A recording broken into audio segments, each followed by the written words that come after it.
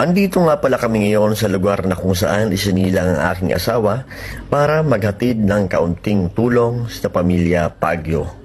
Naway patnubayan po natin ang ating mga anak dahil medyo maselan po ang aking ibabalita ngayon sa inyo. Isang pambihirang insidente ang naganap sa Barangay Lagyo, Oragay, Camarines Sur na kung saan ay 5 miyembro ng pamilya Pagyo ang tinapos ang kanilang sariling buhay sa paraan ng pagbitin ng kanilang sarili. Ayon sa aking nakalap na impormasyon, napag-alaman na unang nagpatiwakal ang isang 14 anyos na si Cedric Pagyo, anak nila William Pagyo Sr. at Divina Pagyo. Kwento ng kanyang nanay na si Divina, napagsabihan niya umano ang kanyang anak nang ito ay hindi sumunod sa kanyang iniuutos.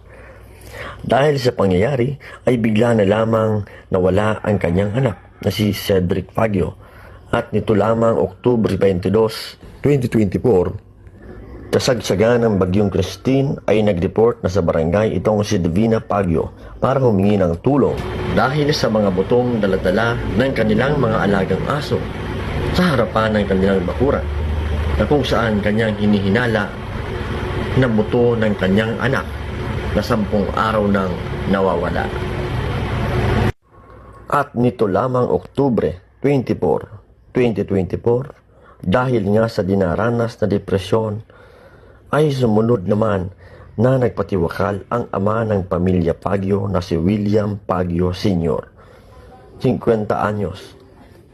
Paglipas ng isang gabing burol nang yumaong si William Pagyo Sr., ay nito lamang Oktubre 26, 2024, ay sabay-sabay na nagpatiwakal ang 3 magkakapatid na Pagyo na sina Dan Jury Pagyo, 21 anyos, Jubin J. Pagyo, 20 anyos, at si William Pagyo Jr., 19 anyos.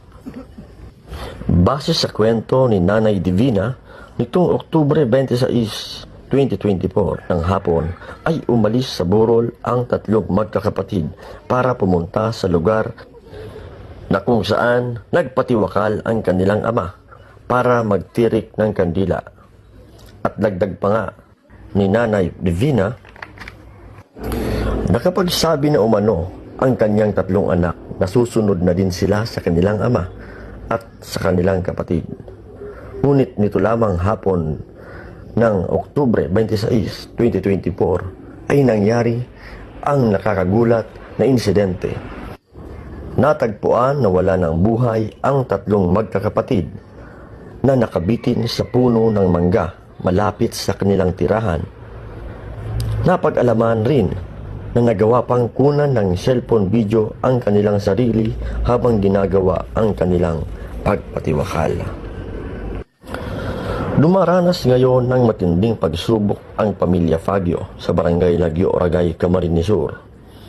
At sila ay nangangailangan ng gabay at patnubay upang di na maulit ang ganitong pangyayari sa kanilang pamilya. Sa mga nais pong magpaabot ng inyong tulong, maaari po kayong magpadala ng mensahe sa aking messenger account or pumunta mismo sa lugar ng pamilya Pagyo sa Barangay Lagyo, Oragay, Camarines Sur.